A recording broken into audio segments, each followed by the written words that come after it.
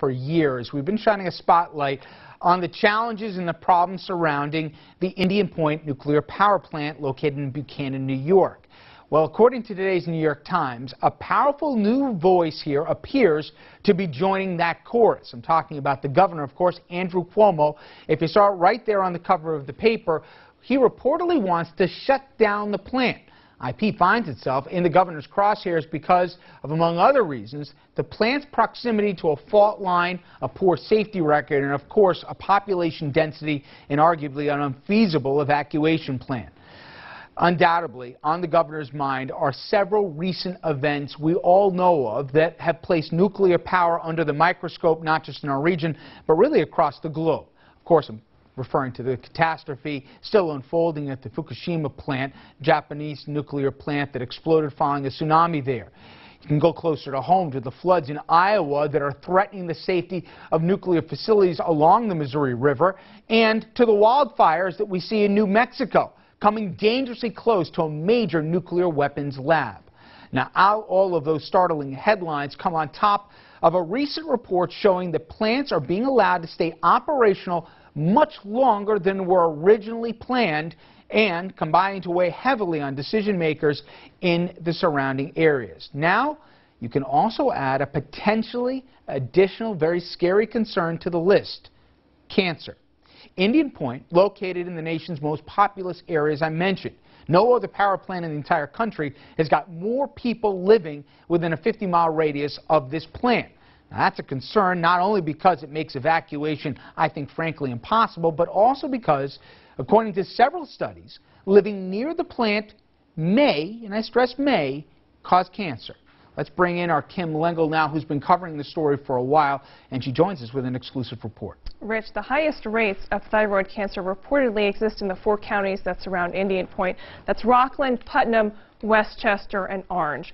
We spoke with a scientist who published a study back in 2009. He found that thyroid cancer rates in those counties were off the charts, nearly 66% higher than the national average. Pockets like these are called cancer clusters. Now, as you might imagine, the nuclear industry has been critical of the study, calling it bad science. But as the aftermath of the disaster in Japan continues to unfold, the data about cancer clusters around Indian Point is getting a second look. People living with thyroid cancer in the area say it's about time. You can see this was one operation. Another one was down in here. And if you look here, there's no muscle. They had to take out all this muscle tissue here. So not the same on this side, there's muscle. 60-year-old Chris Peterson was diagnosed with thyroid cancer in 1989. They said if you were going to get a cancer, this is the best cancer for you to get because it's the easiest to cure. Nearly 12 years later, Chris is fighting his 5th bout of thyroid cancer. The terminal cancer has spread into his lungs, and doctors say because of all the scar tissue from previous surgeries, there are no more treatment options. I live with pain in my neck 24/7. I control that with pain management. I live with fatigue. I live with dry mouth because when I got my external radiation on my neck, it cooked all my saliva glands, and now I have no saliva. It also radiated my teeth. I had to have all my teeth replaced. So now I don't have my own teeth. This is just what I'm going through, and it's not going to get better, it's going to get worse. Chris and his family have spent their whole lives living within an 8-mile radius of the Indian Point nuclear power plant. First in Haverstraw as a child, and later in New City, where he lives now. He blames the plant not just for his cancer, but also for his wife's thyroid cancer and for his daughter's overactive thyroid. It doesn't make sense that 3 people in one family can get thyroid cancer. It's not a disease that if I touch you, you're going to get thyroid cancer. But 3 of my immediate family have either overactive thyroids or thyroids that have to be removed. I don't have the statistics of how many people in Rockland County have thyroid cancer, but I also have to think that it came from someplace, and the only place I can point a finger at is Indian Point. We are looking at the thyroid cancer rates of each local county. The ones with the highest rates, over 75%, or almost double the U.S. rate, Rockland, Orange, and Putnam. Joseph Mangano is an epidemiologist and executive director of the Radiation and Public Health Project, a group of widely published scientists and physicians who study cancer patterns near nuclear plants to see if there's a connection. The group's findings, published in the International Journal of Health Sciences in 2009, target Indian Point as a possible cause for high rates of thyroid cancer. Back in the mid-70s, just as these two reactors opened, the thyroid cancer rate in the four closest counties, Putnam, Rockland, Westchester, and Orange, were no different than the state and national rates. Today, the local rates are 66% higher. In fact, they're among the highest in the country. The link between radiation and cancer is definite and widely accepted. Extensive research following the nuclear explosion at Chernobyl in 1986 and the atomic bomb drop at Hiroshima proved long ago that radiation causes cancer. But very little is still known about what causes thyroid cancer. According to the National Cancer Institute, there are very few risk factors, things like family history and thyroid disease.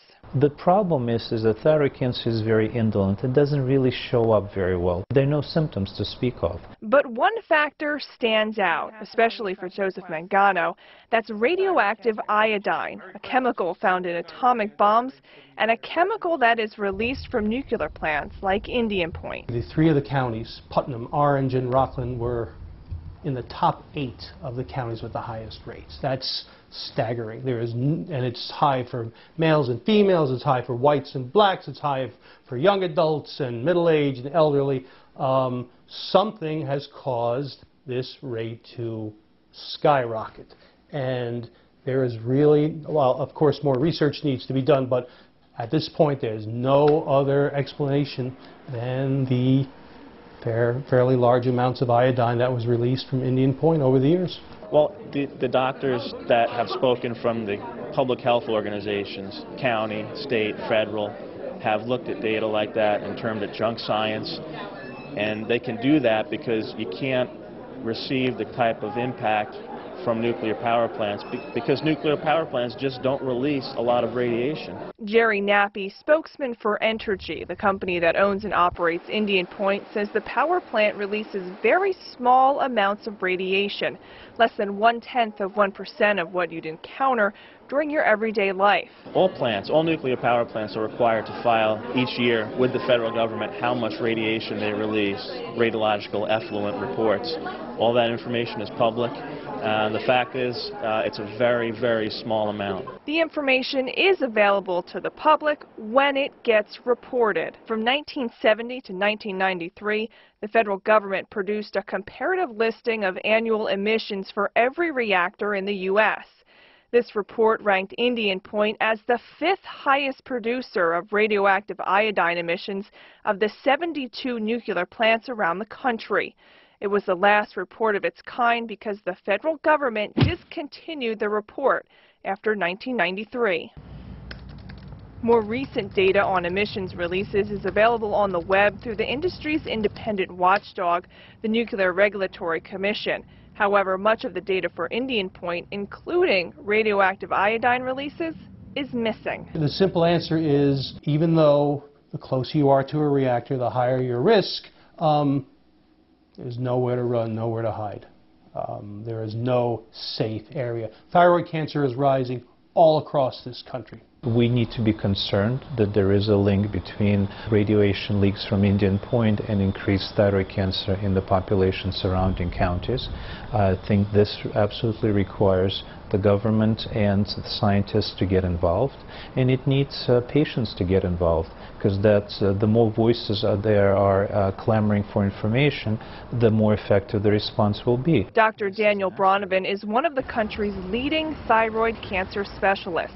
He also heads a nonprofit group called Project Chernobyl, which focuses on the diagnosis and treatment of thyroid cancer among victims of the Chernobyl nuclear disaster. So it's more than double. Dr. Bronovan has done his own research on thyroid cancer rates in the 4 counties surrounding Indian Point, and his findings are similar to Joseph Mangano's. Clearly, patients in these counties are getting cancer at a higher rate than nationally, and the real question is why. Dr. Bronovan says that his data is conservative and that he doesn't want to overstate the response. While he says there's no reason to scare people, he believes there's also no reason to ignore it either. Dr. Bronovan is an expert on this from his professional and personal experience. He's been active as a physician in the United States doing this for years.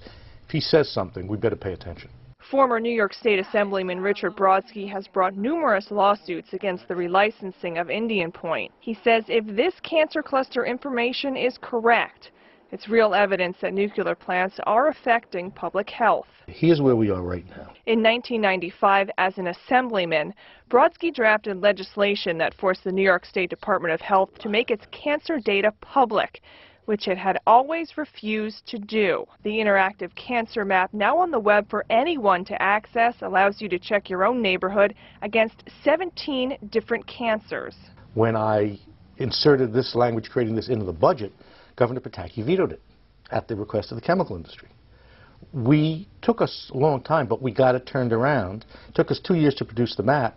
They're going to be doing more analysis, but we're in the process of forcing the government's own information out so the public can look at it. The Nuclear Regulatory Commission has said that Joseph Mangano's cancer cluster study does not follow good scientific principles. It says there's no correlation between the operation of nuclear plants and the increased incidence of cancer. The Commission says it bases that opinion on a study released by the National Cancer Institute in 1991. In a statement, a spokesman for the NRC wrote, "Because that study was done about 2 decades ago, the NRC has decided it is time to undertake a new review of cancer rates around U.S. nuclear power plants. We have asked the National Academy of Sciences to perform that study, and it is in the early stages of doing so." Despite what his doctors say, Chris insists he's living with cancer, not dying from it. As the owner of his own construction company, Chris says he can't afford to stay at home and be sick. It makes me angry to have to be going through this, but it's the only thing I have. I can't, if I let that anger take over my life, then what do I got? And that, you know, I just deal with it every day. My wife deals with it every day. And we just pray that I'm going to be able to get through these treatments without the symptoms being so bad that I can't take it, so I can keep working. So is it the fact that this is the 5th time that you've had thyroid cancer that, you know, you're willing to just continue on with your life, or? Well, it doesn't come down to that. It comes down to you have to. If I don't, what do I do? You can't sit home and feel sorry for yourself. That ain't going to happen. And if they prove that it came from Indian Point, I may not be alive to see what they find, but at least it may help some other family right down the line. Now, in addition to our investigations, and we've done many, 2 of the state's highest offices, the governor and attorney general, are also investigating Indian Point in an effort to block its relicensing. Rich? All right, Kim. Well, I think people can walk away fairly and be unsure as to the root of this. It's fair enough to say, somewhat definitively, there's something going on here. There is definitely a spike in the amount of, obviously, cancer cases we're seeing in this 4-county area, right? Right. The takeaway from this is twofold. One is that something is clearly going on with the rates of thyroid cancer in these 4 counties. Whether you think the studies are bad science or not, the data from the Department of Health is clear. And people should be asking, whether it's on the federal level or the state level, there needs to be an investigation. That surprised you, didn't it, at the end of this, that while you were trying to connect the dots here, there wasn't, whether it be, as you said, on the federal or on the state level in New York, more than getting the data, somebody actually doing some investigation about this? What surprised me was when we went for answers, when we said, what are your releases? And they said, oh, it's not enough to cause any damage. Well, when we went to find the data, it was missing. Years were missing. Quarters were missing. How is it that the NRC is not responsible for this data? And then how can they give us an answer and say it's safe? And there's seemingly by the day, if not certainly by the week here, more and more questions directed at the NRC, not just in our region but at the national level.